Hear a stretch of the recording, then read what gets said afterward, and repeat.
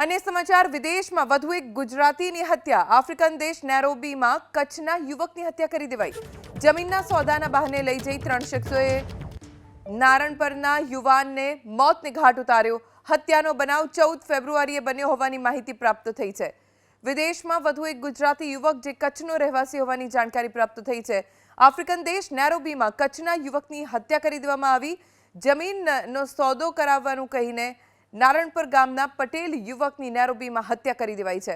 સમગ્ર મામલે હાલ તો નેરોબી પોલીસે પણ તપાસ શરૂ કરી છે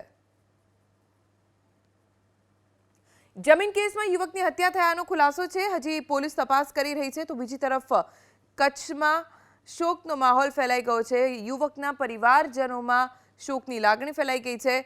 હવે તેઓની એક જ માંગ છે કે સમગ્ર કેસને લઈને તટસ્થ તપાસ થાય